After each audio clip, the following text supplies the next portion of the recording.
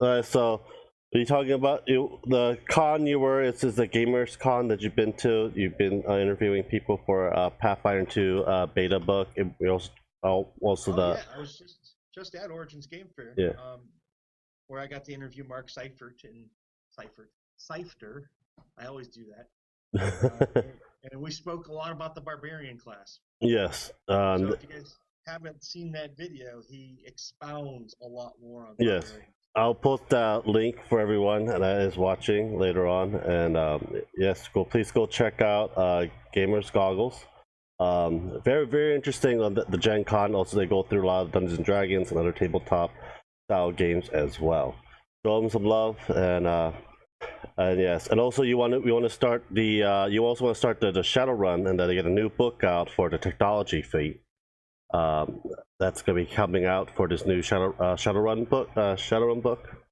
Actually, Anarchy has been out for about a year, maybe two. I just haven't touched upon doing anything with it. Anarchy. Okay, so there's Shadowrun Fifth Edition, which is the big, thick, meaty core rulebook, Mm-hmm. right? There's a lot of crunch to the Shadowrun game if you play that way. Yeah. Anarchy is a drummed down set of rules that's a lot faster to get involved in, a lot easier to play. It's not as crunchy. There's not as much setup in making your characters. So I live in an area where I'm most likely only going to ever get to run Shadowrun at conventions. Yes. So I don't want to be responsible for knowing everything that's in that 500-page rule book. Yeah. Whereas the Anarchy book, which is both the player's handbook basically and the rules for the game, is roughly, I'm going to say around 150 pages. Wow, that's So actually a there's lot less than. yeah, it's a lot less to know about. And when you get to do things like all the reviews that I get to do, you have to budget your time. Yeah. Because while I do board game reviews, I do RPG reviews, and the amount of RPG books I get, I bet it's ridiculous. it's pretty ridiculous. I try and do a flip through review every other week, and sometimes I can't keep up. I mean, because on top of hard copies, you still get PDFs too. Of the So updates.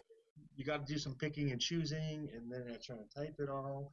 And on top of that, I do miniature game stuff. Yeah. And it's one of those things. I don't know if you ever looked into as Roll D20. Yeah, I've not had the chance of using it yet, but I'm very much aware of D20. Yeah. I mean, yeah, the Roll20 site, it's free unless when you get the more of them using the tokens and stuff that they have, like $10 a month, and you just people can help chip in every other month to pay for it. It I use it for my fifth edition because I have people from the East Coast and I have people from Finland that join my game, and I record it every Saturday. And it is interesting. There's still a lot of bugs in it for like camera and mic, so you gotta use Skype to use the mic instead. But I think it would be a lot better for you because you're in Ohio. If you don't know that many people that doesn't know Shadowrun or Anarchy, you don't want to know all the rules, the GM. Then it'd be a lot better on Roll20 to have people, because you have over 1,000 sub base, so you might have, you're lucky to get like 5-6 people just go for that game and just do a live review on that as well. Oh yeah, I'm sure I can. Without a doubt. I mean, especially like if I announce it like right after Gen Con. Yeah, I'll be happy to join because everyone that plays tabletop don't know how to play Shadowrun or Anarchy. I'm thinking it's still a six-sided system, isn't it? Yes. Yeah, it's still same basic rules mechanics. It's just not quite as complicated. Magic's easier. I'm pretty sure there's only archetypes available. You can't really like customize your character. And they're starting to come out with more stuff for Anarchy, so they're actually supporting it, and there's actually an environment there that's going to use it, which is really pretty cool. Wow. I'm really looking, not to shift gears too much, but I'm really looking forward to Pathfinder Second Edition, because it sounds like it's a step back from everything, the vastness that is Pathfinder, closer to 5e, but a little bit more complicated. Because I find Fifth Edition a little bit too simplified after playing nearly 15 years of 3.5. A 3.5 has a lot more mechanics. Tomorrow I'm having one of the GM, Seth. He's in New Hampshire. We're doing a podcast tomorrow about Lyman base from D&D Advanced all the way to 5th edition and Pathfinder all together, because it's 5th edition. I've been playing since I was stationed in Japan, and when it first came out, I started using it. It's more narrative driven base, in my opinion. And on 5th edition, yeah, I would agree with that statement. and the Pathfinder is just basically like a beefier, updated version of the 3.5. But the problem with every time they release these new books and new updated books, and you look at these alignments, and I have people playing clerics as one of the pantheons. They have like very brief description on the newer books. The older books is like a lot more, and I have to like make a decision like, okay, cleric of Thor. Oh, but with an evil character, didn't know about it, but the evil character did a lot of good. In the end, he killed the evil character, and it's like chaotic good. I remember what chaotic good used to be. Now they're totally freaking different. How will I punish this cleric? Everything's different. I mean, alignment is one of those things too. It's just yeah, because I remember alignment shift on the advanced D&D. I actually think alignment's more like kind of like a circle, and then there's like spheres within the circle, or maybe like neutrality is an oval in the middle, right? Mm-hmm. So you got the circle, and then you got neutrality in the middle, and then your character. To have neutral good defined is really limiting to humanity. Yeah. Because neutrality and good are really pretty broad. Yeah. So I think it's more like you take this thing that's a plate or something and cut out the center, and you have a ring, right? And then you have lawful's up here, chaotic's down here, or good and evil. There's like different spots, and then you pull that line towards the way the character is leaning. Mm-hmm. So there's like different degrees.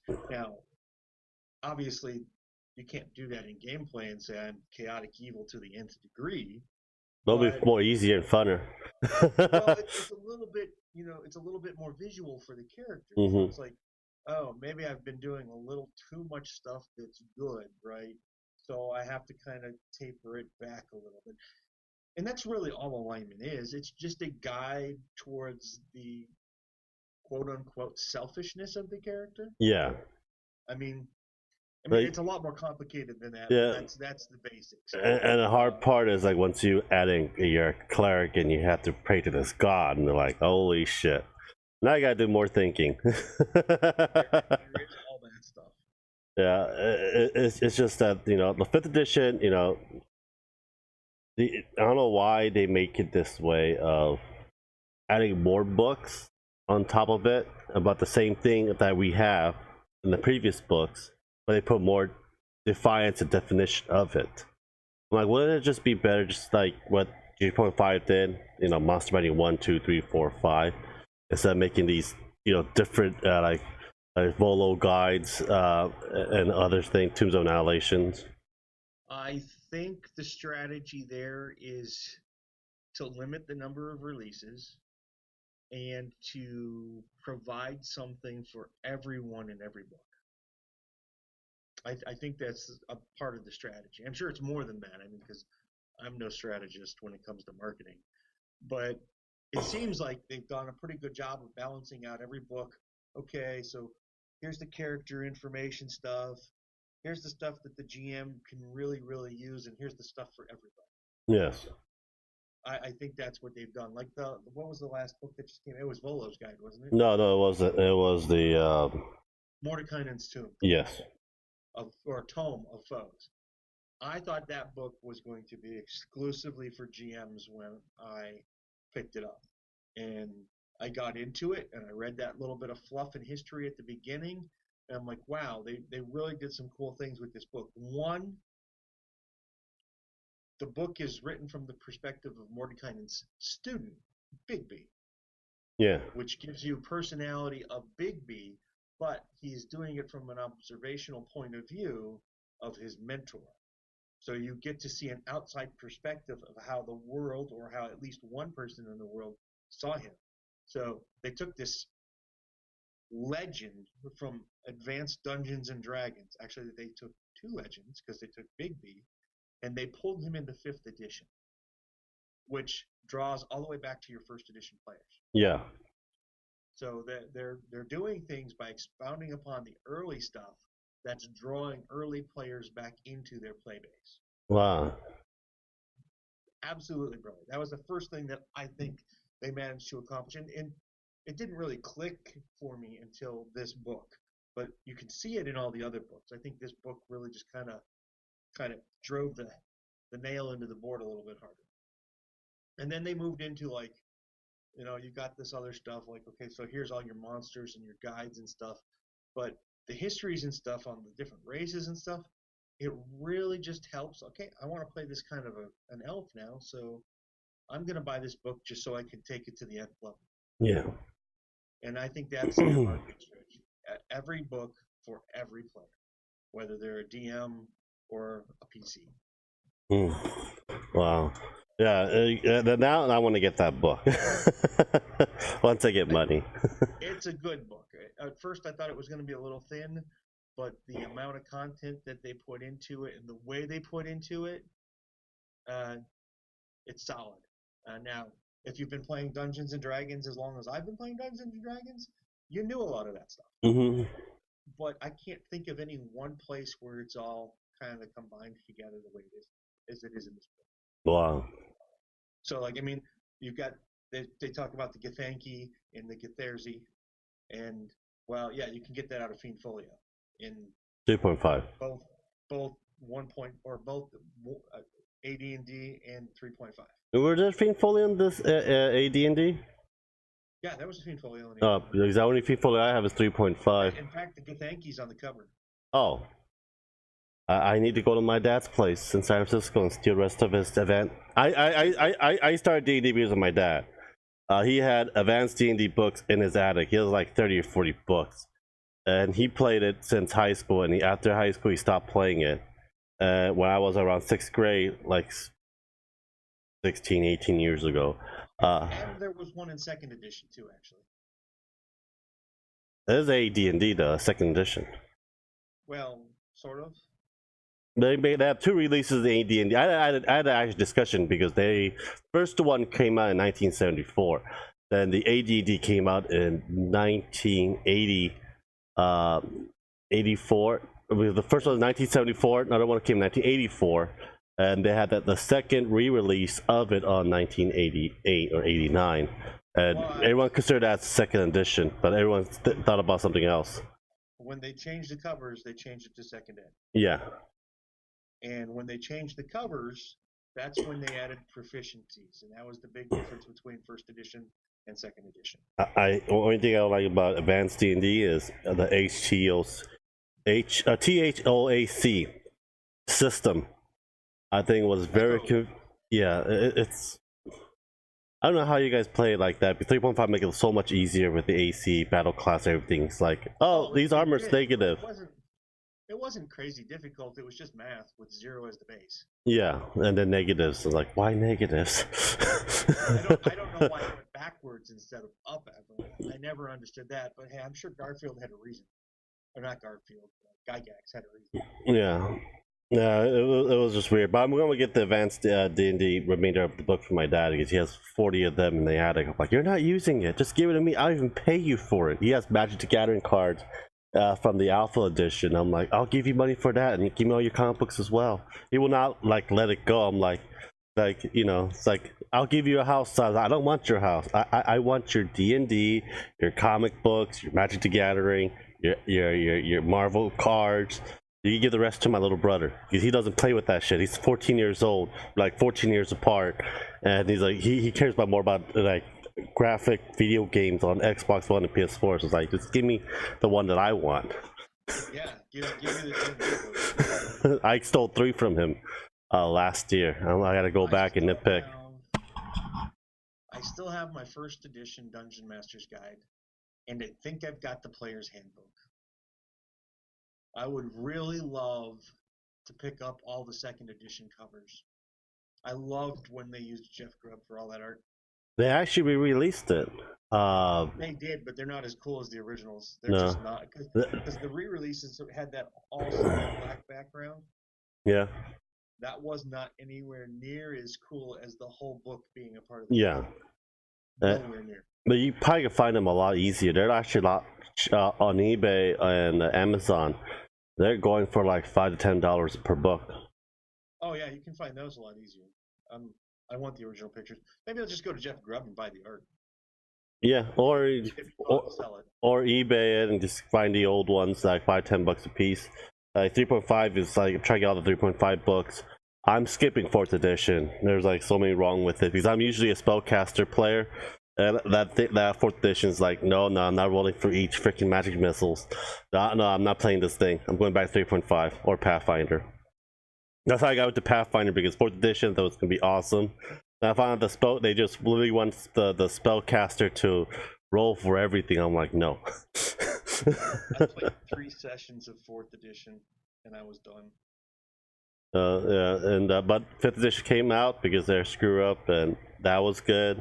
Just more narrative of it. It's basically like if for younger, because I see a lot of younger people playing it, and they have a hard time comprehending the storytelling. And I was at this comic book shop when they were playing when I was doing Magic tournament there for Friday Night Live, and I had to explain to these middle school kids like, it's like as a GM you're doing good, you're fine. But you need to put more imagination towards it. So did you ever play in a corner? I'll now admit it.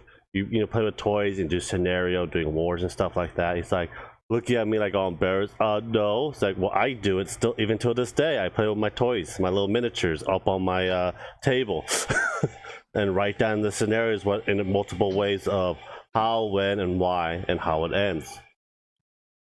But you play Overwatch too. Oh yes, I play it. So I don't know if you see the poster. I have like amiibos and games. My studio's in the other side of this bookshelf. Yeah, I play Overwatch. I play everything. I play a lot of RPG games, but a lot of problem with new RPG games is that EA and everyone else is screwing it all up. But I don't know if you played Neverwinter Nights when BioWare used to be really good. Dungeon Siege 1 and 2. I haven't played too many computer RPGs in the last, I don't know, 15 years. Well, this one came out in Windows 95. Yeah, I probably played a little bit. Yeah. I got bored with them. I mean, I had fun with Pool of Radiance. That's a good one, too. Yeah, well, I broke Pool of Radiance. Because a lot of these, the old, like, the AD&D style, like Baldur's Gate, Forgotten Realm games, they're very good with story, and they actually use the rules too for players to learn a lot easier as well. So now, like the THAC0 on the Baldur's Gate, when I started playing it, because I didn't know anything about Advanced D&D until I played that game. Now I know more and more about Advanced D&D because you can see the rolls, how it works, and how the armor system works, and the spell casting works. So it was a lot more easier to comprehend, and because a lot of time a lot of people read the combat system, if you know how to reword things, and if you haven't played D&D before, it's be a lot confusing how it works as well. But it's a lot simpler now, that's for sure. Yeah. But what was the thing that you enjoy most about in Pathfinder 2 that's coming out? Because I heard about that barbarian. When you interview your guy, you could rage multiple times. You have unlimited style rage. I think that was kind of like peculiar. Like, really? They have a beefy. It's kind of neat actually because it puts the rage into a cycle, right? Mm-hmm. So you're gonna go and it's really a balance thing to make the barbarian not so overpowered. What do I like the most about Pathfinder 2nd Edition so far? Probably one of the things I like the most is the fact that you can upgrade your equipment. You can spend time upgrading your equipment. Like you can give them traits and different things with do you need to get the craft feat to upgrade them, or does it upgrade automatically over time? No, you would have to you would have to spend time working on them, or having other people work on them for you. So we need know-it-all in the group, that like a bard that has all the crafting and magic. Here, work on this, like halfling. Magic sounds a lot better. I'm a little worried that it might not be, it might be too powerful, but Well, actually, I'm really looking forward to playing an alchemist, but they released the monk on Monday, and I haven't read the blog post yet, so I might be interested in playing the monk. But the alchemist sounds like he might actually be playable now. I've never felt that the alchemist class has been playable or balanced, I should say, for long term. I saw that class. I saw the class. But the problem was it did not really appeal to me on the alchemist, because majority of it is you have specialized craft on just throwing bottles at people or giving that to boost up people. So I feel like, to me, it's like a bard basically, or like a cleric with other but not as powerful as a cleric though. It's like I've always liked the idea, but the problem I've had playing 3.5 is that by the time, so at low levels, when you go to use the craft skill in alchemy, you can't make anything that helps you. Yeah. The DCs are way too high. I mean, you can cheese some stuff out and maybe be able to do some stuff. But then by the time you get to mid levels, you can make some of that stuff and it's mediocre. And at high levels, there's like nothing you can do with it. Yeah. Now, Pathfinder fixed some of that, but it was a little lackluster, and now it sounds like some of the things they're going to do. And the other big thing, I think, is the way characters are being made now. The fact that they're going to get a feat every level is really going to make players feel a lot more heroic. I heard they're going to try to make this into another 5th edition for Pathfinder 2 as well. Well, I mean, they kind of already have gone that route. I mean, you can look at Starfinder and see a lot of the things that are going to be in Pathfinder, because Pathfinder 2nd Ed actually influenced the creation of Starfinder. Oh. Because they were making Pathfinder 2nd Ed for, I think Mark said, a couple years prior to even coming up with the idea of Starfinder. Wow.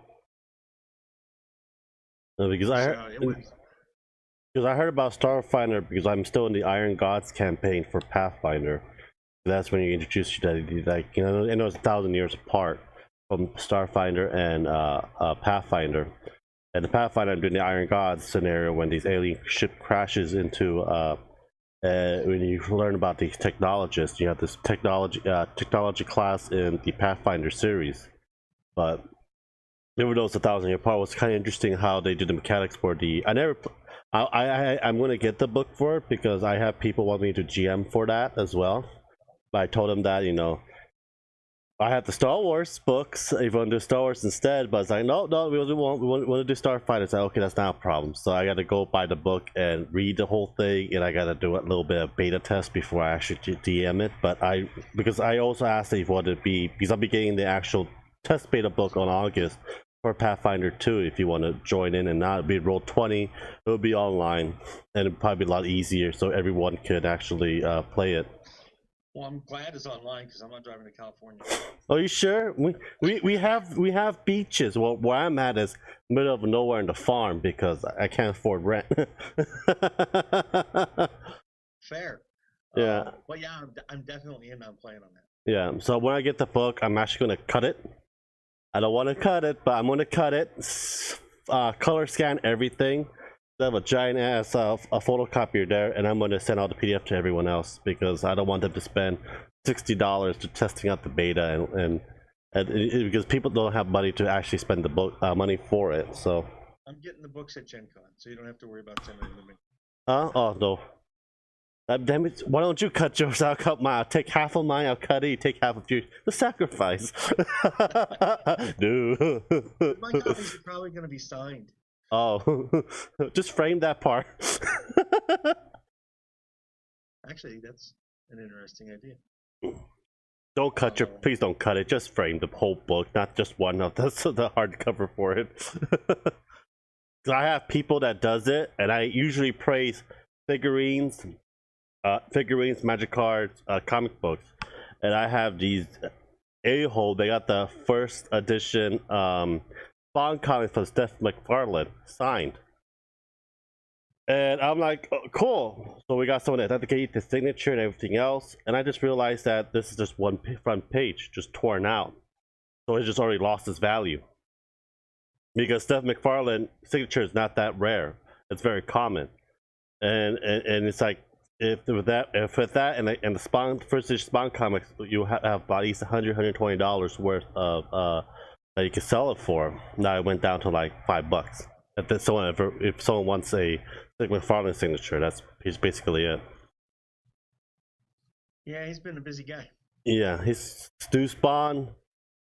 But if you have the comics and the movie's coming out, if it doesn't bomb, you should see at least 2 to 3 times the price of the comics worth now. But comic books are not a lot harder to praise because no one buys them as much, especially younger kids, because you can get all these free PDF version of these books for free on the tablets. But I see a lot of shifting towards younger generation, especially around the world in Japan and also in Germany. They play Dungeons and Dragons, Magic the Gathering. How does that make you feel? Like, you know, I know like 5-10 years we have more and more people playing Dungeons and Dragons, and it's kind of fathoms like, you know, how it first started, and we were considered as one of those like minority of these gaming that, and then people like say crap about, and it's like it's the devil's game and stuff like that. But it's like throughout time, everyone else around the world plays it. What do you think in your perspective with the missionary background and everything else? Well, that's kind of an interesting question, because I don't really believe that. Like, okay, so what's with Dungeons and Dragons and Magic the Gathering? I guess what you have to start with, what the root question is. What is the root question? When somebody says, "Oh, it's going to possess you," well, there's some requirements for possession. Yes. You know, so it's like, one, do the cards have a soul? Do they have a spirit? Are they some kind of entity? Mm-hmm. Are the books beings? Are they spiritual? No. Yeah, and it's kind of funny because this was actually brought up when I was in college getting my degree in theology. One of our actually it was in Greek. I think it was either in Greek or Revelation. And the people next to me knew that I played riffs in Dungeons and Dragons. They said, "Well, you're just going to be a bad influence on all of us because you're going to get possessed from playing Dungeons and Dragons." Yeah. And the doctor or the professor stepped in and said, "That's not true at all. What's your concern with him being possessed?" And they're like, "Well, he does these things with these demonic tools." And he's like, "They're not demonic. They've got no spirit. They've got no soul. Yeah. I'm pretty sure Matt's here to learn about Christianity, and he's probably a saved Christian from what I've seen. And well, you'd have to be willing to let Satan into him, which means he's thrown the spirit out." Yeah.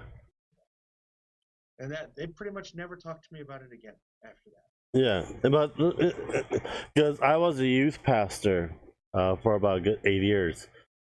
I was a Baptist Christian back then. I'm a atheist now.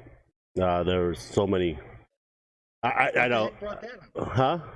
What the heck? That's a huge change. Oh. Well, I had to deal with a lot of pastors and put them in bars.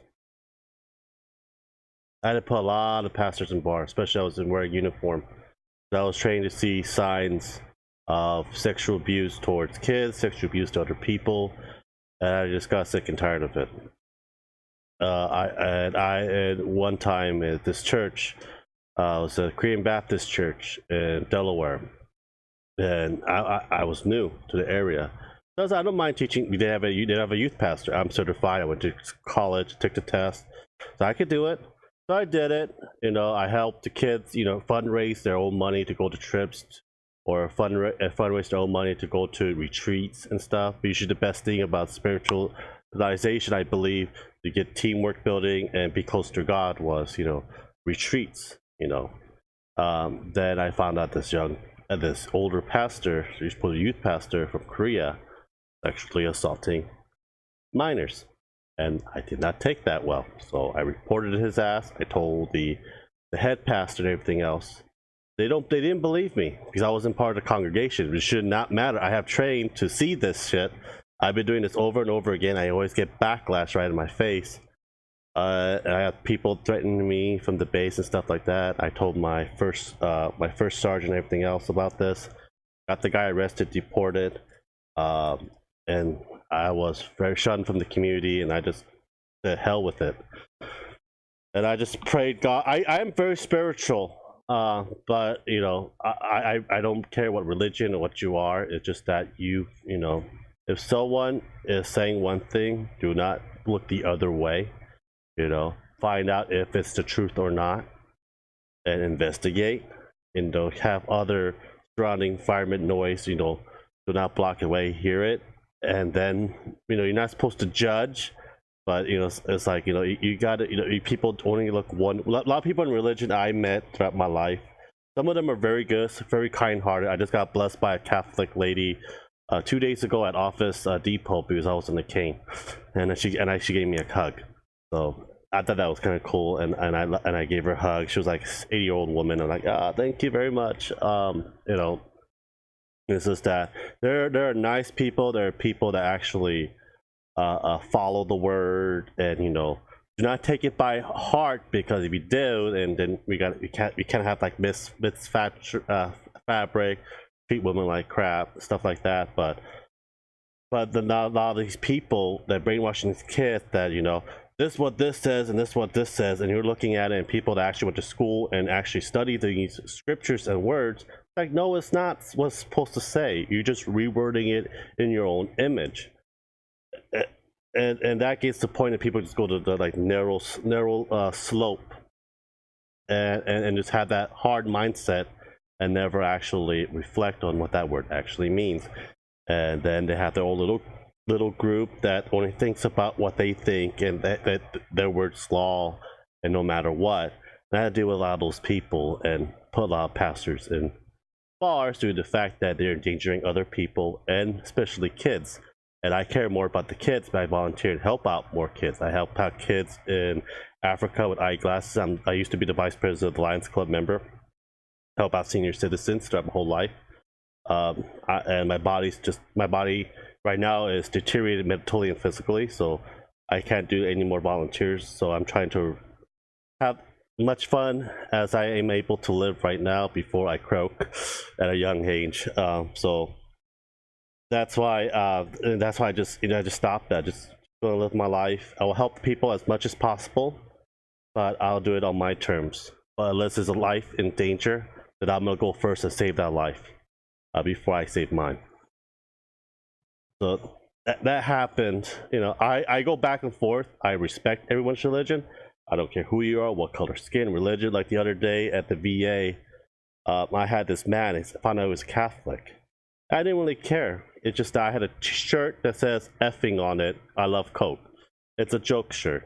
I know it could be offended, but there's a nicer way you can say it. But if you say that in front of VA to someone else that also has PTSD and other things, he will get himself hurt or other people hurt. I had to actually literally report the guy. And I don't want to do it. He's volunteering. Volunteering is great. But you're going to have to watch what you say because you're in VA in a dangerous area. So, I was very happy about your missionary story. One of the cons, and you were making fun of that I was a Shaolin monk, and I actually gave me like little I was laughing, and you shared a little bit of the story about it as well. I don't mind being spiritual. I don't mind being with God. It's just the people around you that can be toxic can also help you push that away from you, and that's like test of. It's like a test between you and relationship with you and God, instead of you and the other person. It's supposed to be you and God, not you and the other person. Then people don't realize that. So I do more out because I usually mix Christianity and Buddhist. They go well hand in hand together. But Yeah, that happened a couple years ago until my health started to decline a lot more when I got out. So that's when I started to be more distant to God, because my wife wants me to live, and I'm like, I don't want to. Well, that's not happy. Yeah, but that's why I got back to Dungeons and Dragons. I lost half my memory.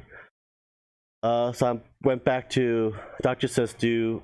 YouTube helps me with my anxiety and my depression. I'm trying to go and finish up my schooling, but I couldn't. I ended up in ER multiple times, and I do D&D painting a lot more now. I do videos for that. I paint for other people. I did 10 minutes at a time now, and I can at least do an hour at a time. It took me a while, but I'm trying to get back to my former self.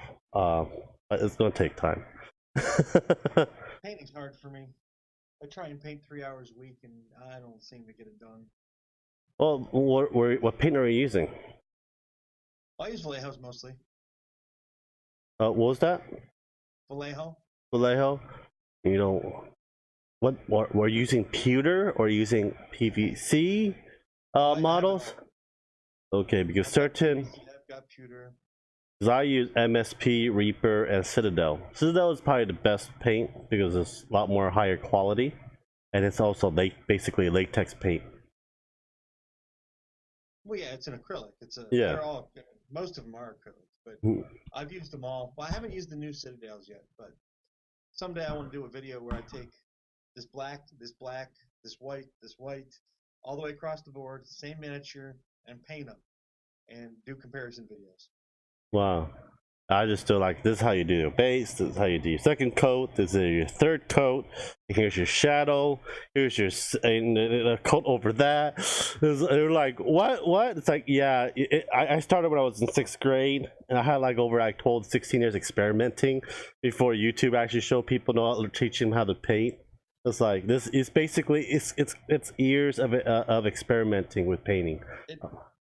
It blows my mind. When I first started, I was hungry for content, so I started painting videos just to paint videos. So I'd be painting a video for an hour and talking about stupid stuff like it's raining or it's snowing outside. And people come back and like, hey, you gonna start painting again? Or did you ever finish this model? You never finished this tutorial. I'm like, nope. You don't want me to teach you how to paint. No, I even told people that I'm not the master of painting. I just do this for a hobby, you know.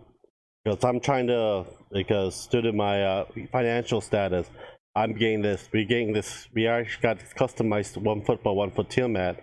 My friend in South Carolina is printing it. We're gonna cast and resin it, and we're gonna sell it and give it to you and the other channels free.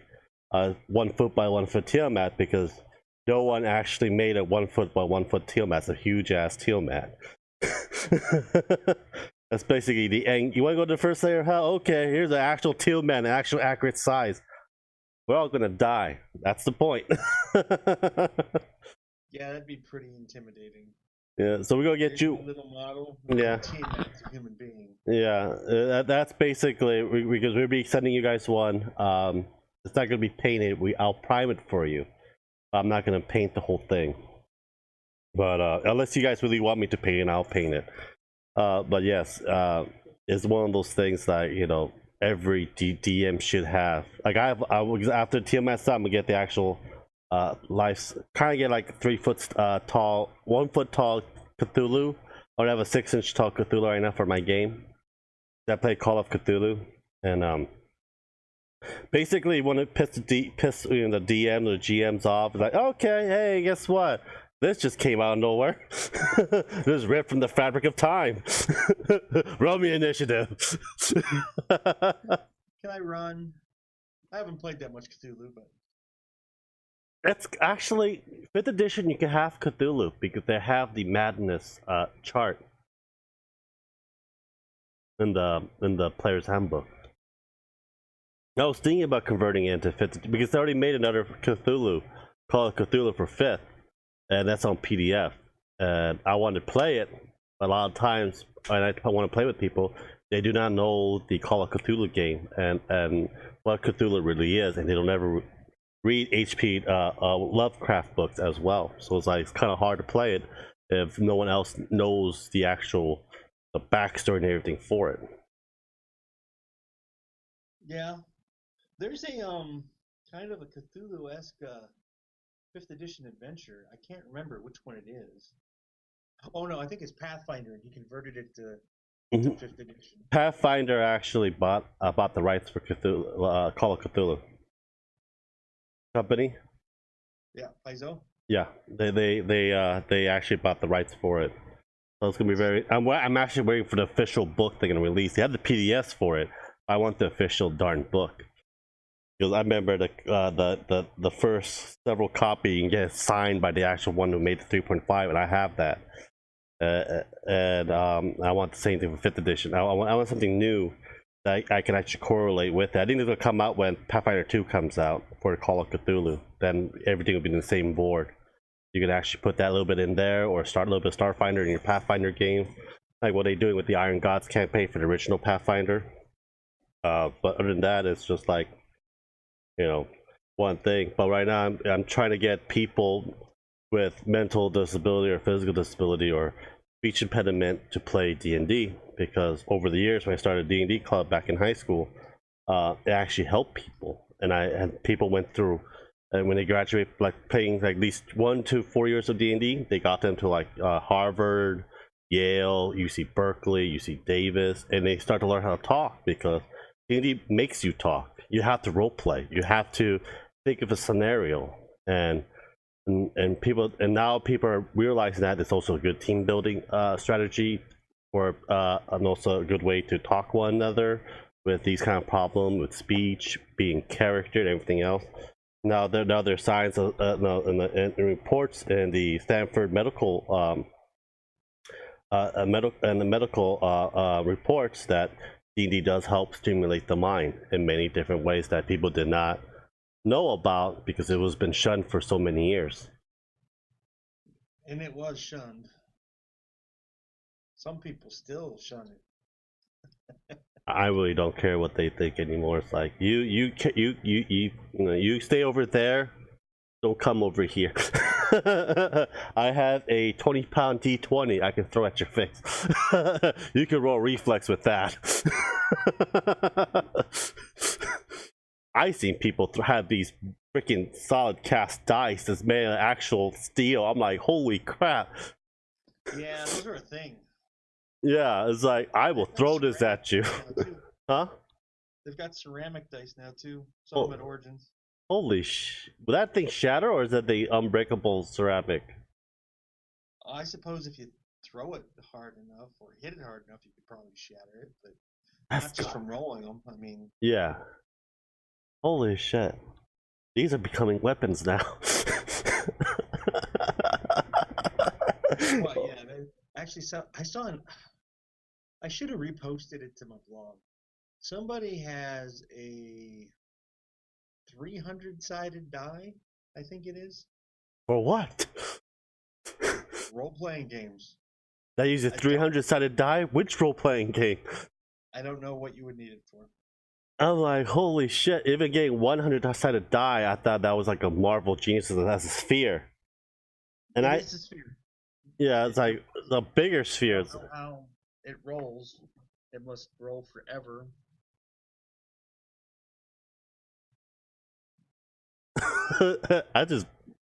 I see these crystal die that actually shape as a dagger now.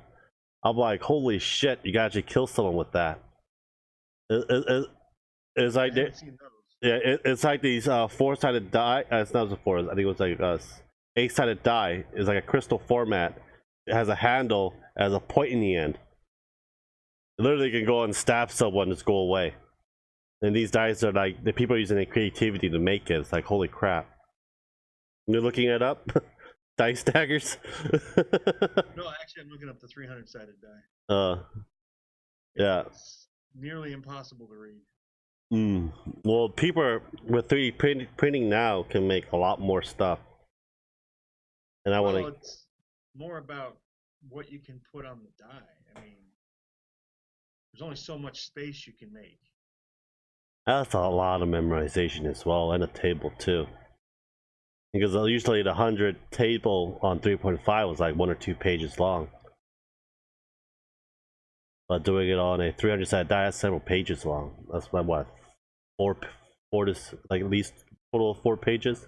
But if it's combat, that's about like what, another 50, 60 pages per die when it happens. Something like that. Yeah. That's basically like a boner kill. Reading that stuff. It's like, nope, screw this. Not remembering shit. Burn it all. Burn it all. But there are times that you really want to burn some of these classes, like the prestige classes that 3.5 had. Is like, why? You mean like the Shadow Dancer? Shadow. Well, that's been around for a while. I mean, like battle mages, like unlimited amount of magic missile. Shouldn't be able to stand in front of somebody and say, "You can't see me." Yeah. Which is what the Shadow Dancer was capable of. Yeah, it's like, you can't see me. Like, no. I'm the DM. I fudged the rules. You can't do that. Oh, wait. First page says, I am God. Well, Jeremy Crawford actually said, "We give you the rules. It's your story. Do what you will." Yeah, basically, you're God in your own game. And people are like, oh, you can't do that. It's like, yes, I can. Why? Because it's not fair to other players. Like, I'm actually going to like copy that, print it out, and glue it on the cover of all my Dungeon Masters guides. He's like, and you should have an alternative, like, or you get the dice. You have a little dice, a big ass dice in the case. Throw it at people, like a foam one. I used to have the foam D20 dice and throw it at people when they're metagaming. I actually want to get one of those. They're actually pretty cheap. It's like $6, $7. Yeah, I know. I just never picked one up. Metagaming. I've got some answers for that, especially when it comes to traps. Yeah. Put one there, just not the one they're expecting. Mm-hmm. Oh, if you fell down 200. Hand them a piece of paper. That's what you wanted, right? Yeah. So they read it and they're like, "There was no trap there." I remember this one guy. I forgot what he did. I made a 250 foot drop. He survived, but he's there for all of eternity. He just like was very toxic in the game. He tried to eavesdrop when I secretly talk to players what's happening, what their god is saying, stuff like that. And you have these guys, oh, I know what you said to that other guy and this guy. I'm like, after a couple sessions, like warning him, like, I just warned you, this is the last time. And then he did it. It's like, all right, Roman reflex. Oh, you failed. You drop 250 feet. You take this amount of damage. Oh, it looks like I don't have enough rope, and town's about several hours away. Looks like you're gonna die. Make a new character. Thanks for playing. And cheating too. I was one thing I have problem with nowadays is younger kids likes to cheat a lot more. Playing D&D, I don't mind it, but it's like, why? It's a fake game. It's not an Xbox or PS4 that you have to, win all the time. Well, it's learned. I have a special place of dice just for that.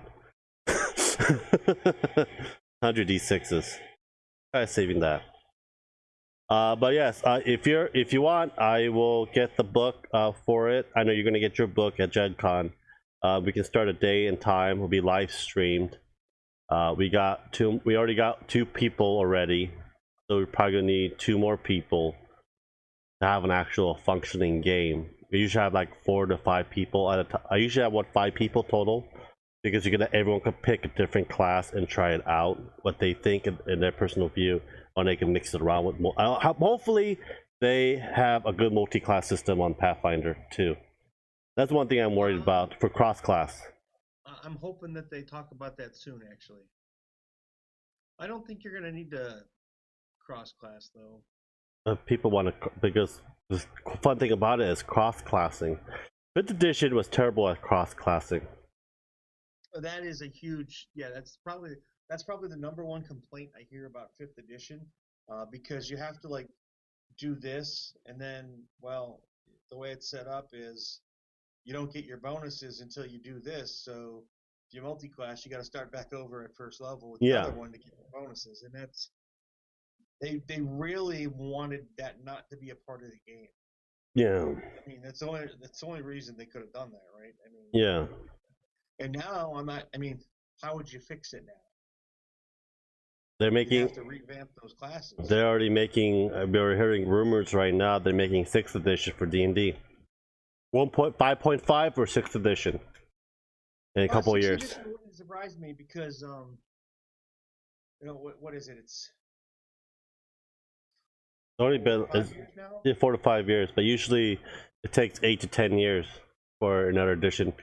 Well, 2nd edition to 3.5 was 10, 3.5 to 4th was 8, and 4th to 5th was another 6 to 8 years. And we're like 4 to 5 mark year. First few years too. I know that. I play tested. I was early on. I was like, we played Caves to Chaos, and we couldn't kill the Kobold leader. Wow.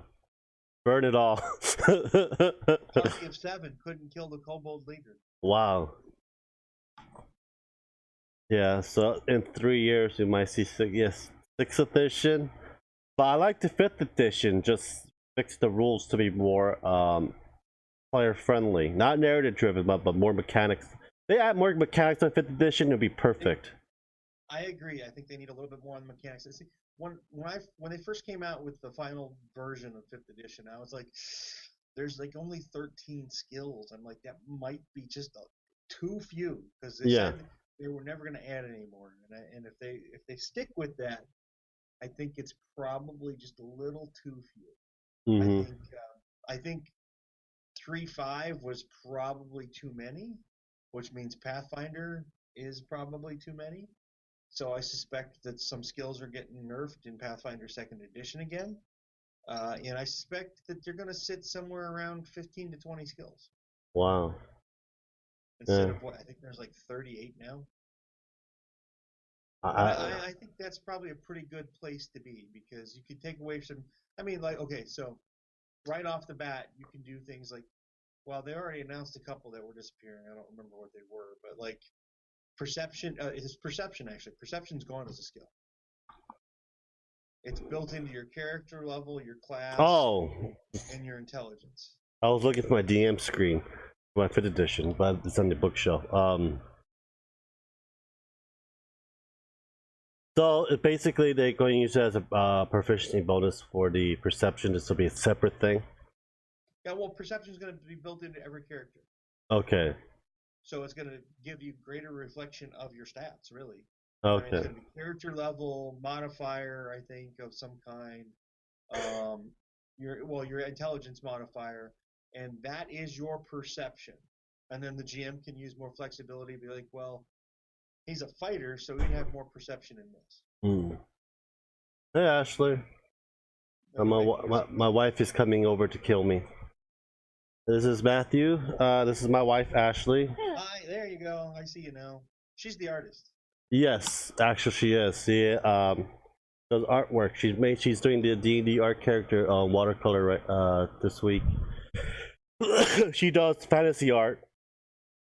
I do the story. She's actually done a lot better. Took her to lots of years in school to get her art to where it's supposed to be at. But yeah, but if you need any kind of custom art for fantasy style, let us know. She could do it for you. Just need publicity. That's all we care about. We're live. Come visit us. Go visit. Yeah, so we did a couple Castlevania fan art, the original ones, and we're right now she's doing everyone's D&D character. I like her witch for Pathfinder one, and she's doing another witch for this Pathfinder game. I don't know what's with her and witches, but okay. I will plead the 5th. I think witches are hot. I think they've just been overlooking. They can be hot. Don't make it a lizard folk witch, then that just went. Then I had to push it away. There's a fine line. After elves, dwarves, okay. Gnome and elf, I don't know how that's gonna work. After that, no. No Dragonborn, huh? No. I don't want to be crushed. They're heavy. Their scales are rough, not smooth. Do I have? Well, what about the Android witch? I don't know. I don't know if you see this meme about Nier Automata. It says, "Do not fist an android." You see a hand like being destroyed by a whole bunch of gears inside of that warning sign.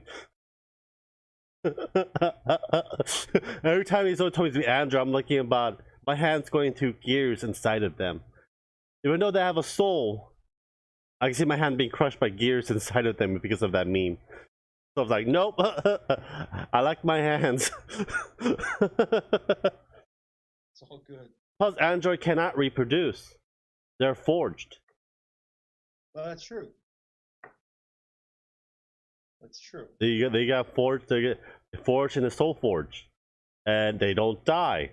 They just restart, and they just got the wipe their minds all wiped, and they basically restart as a new being in an android body. Unless you want to be use the ripped soul into a gem and shove it into a stone golem. All you gotta do is destroy that soul gem, and you die for good. But Android's like internal. It regenerates over time. Because I was looking at these Iron Gods book about the race, like holy shit, they regenerate. They basically do not die, but they can die for just that life, and their soul leaves, and some other android story comes in and restarts new memory and everything else for it. And that was very interesting of it. You can do so many storytelling with that. Well, the problem is if the player is willing to do a backstory for it. Well, yeah. Players and backstories can present problems. That's why as DM, you before the game starts, you read it. This is what you can do. This is what I can do. This is what we can go later on during the game. You can go avenge your parents or whatever it is you want to do. But usually I do it like that. But if you're a cleric and it's like their backstory is like all screwed up. It's like, how did your cleric became the how your cleric went to love Tiamat? How does all these good things turn you to become to worship an evil ass god? And that's down the ninth, the first layer of nine gates of hell. It's like it's one of those things that people do not understand. Is as a DM or a GM or our job is to push the story. Our job is to make sure everyone's having a good time, but there are some little dangers of it. Is that we're supposed to push the story, the narrative. We want you to be engaging to one another, and we want to have fun at the same time as well. Because usually DM and GM are actually writing modules, books about it. This is also helping us as well as a storyteller. It's just, and then these players, it's a good thing that these players break that wall. And you say, "Oh, I killed all of these people this town. Oh, looks like we're not doing in your mind that we're not doing that quest, but or." You go to go to X, Y, and Z, always have all these options out there, and they slowly come back into that quest line. And I know a lot of younger GMs and a lot of these younger players, you don't understand that because I play a lot of video games on my consoles and PCs. It's just that they have like one forward way of thinking, and then when they play D&D, it's like, you can do that. You could do whatever you want in these games. It's just that if you have the imagination to do so and the roles, that's all you need. Oh, I'm going to defile that body. That is fine. Remember, common sense and consequences do apply in this game. It's like you're in an area of a lawful this area that's been basically in this area that is controlled by a gold dragon, a lawful good. Doesn't matter what petty crime you committed, your reward will be death. Your head will be chopped off, no matter what. Yeah, I can see that. It's just one of those things. I think people are getting desensitized from it. It's just that you gotta get imagination back into a lot of these younger generation, in my point of view. Get them back, stimulating their brain. I don't know in Ohio, in California, that's what I pretty much see most of the time. Well, I think it really depends on the group. It varies from group to group. I usually be with the I older generation, older group, and be in their games. well, I just had a guy. His wife was at a bachelorette party. He came into work and he's like, "Hey, can you run me a game tonight?" I'm like, "A game of what?" He's like, D&D. I didn't even know you played D&D. And I'm like, sure, we can play some Dungeons and Dragons. What edition? He's like, there's more than one. Well, you stop the AD&D? He was talking fifth ed. Oh. And he's like, but I don't know if I want to play alone with you. I'm like, well, that's fine. That makes things a lot easier. So about 15 minutes before I leave, he's like, I got 4 guys. We're gonna play. I'm like, you just gave me 15 minutes to create an adventure. Well, just get one of those module books. Makes life easier. Oh, no, I don't do those well, especially if I haven't read it. Oh. Well, usually I do it for people that never played before, and these beginner module books are a lot more easier for them. Because if I do my campaign, you gotta use logic and common sense to survive, or your character's gonna die. Oh well, he named his barbarian something giant bane. So I just like some ogres are gonna attack, and they're gonna have like 3 combats, and I'm gonna somehow put some storyline into it. And the way I put storyline into it is these guys had never met before. Some oracle woman came into the bar and says, you will find what you're looking for in the next 24 hours to the barbarian. And then class specific to the different characters that were in the bar, she talked to them each and said that they were all going to band together. It's written. And they just looked at me like, oh, wow. Well, of course. And then, next thing you know, the town's being attacked. Yeah. And they all rush out to be heroes. Yeah, of course you got 15 minutes to think of something. Yeah, that's one of those things. I have like several modules I want to put up together and hopefully release, but I never finished these modules that I've made since high school and college. There's just not enough time, and people always have stuff to do, so I keep restarting these modules, and hopefully I'm able to finish this module and actually finish it up and then release it. I think that's... I'm going to start doing a lot more writing. I actually have a game that I'm going to try and finish designing this year. That'll be good. I'll be the first buyer. Will you sign it for me? Well, it's a card game, so yeah, sure. I'll sign the box. I'll sign something. You sign, I will give my soul to Lance. For all of eternity. You signed by accident. Yes, I have your soul. No. Yeah. But yeah, I hope to finish working on the rules this year, like shortly, or maybe before Gen Con even finish up the rules mostly. Where is Gen Con at? Indianapolis. When is it going to be? First week of August. That's just too soon. I really want to go to a convention. I want to go to GenCon here in California, but I never had the money. Hold on, let me look something up here real quick. Because my wife went to anime conventions, but I never been to any conventions. I really want to go. The problem is that it's just too many people and I have anxiety. I don't know how I'm going to react to it.